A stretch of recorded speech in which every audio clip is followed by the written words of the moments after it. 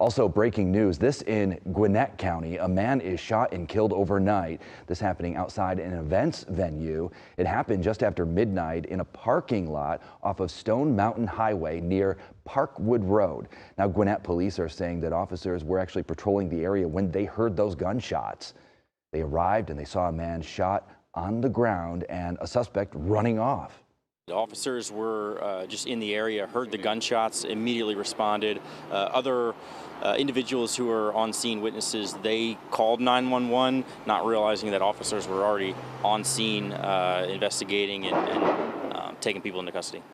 And police say that the man died at the scene. Officers saw the suspect running off, but caught them without incident.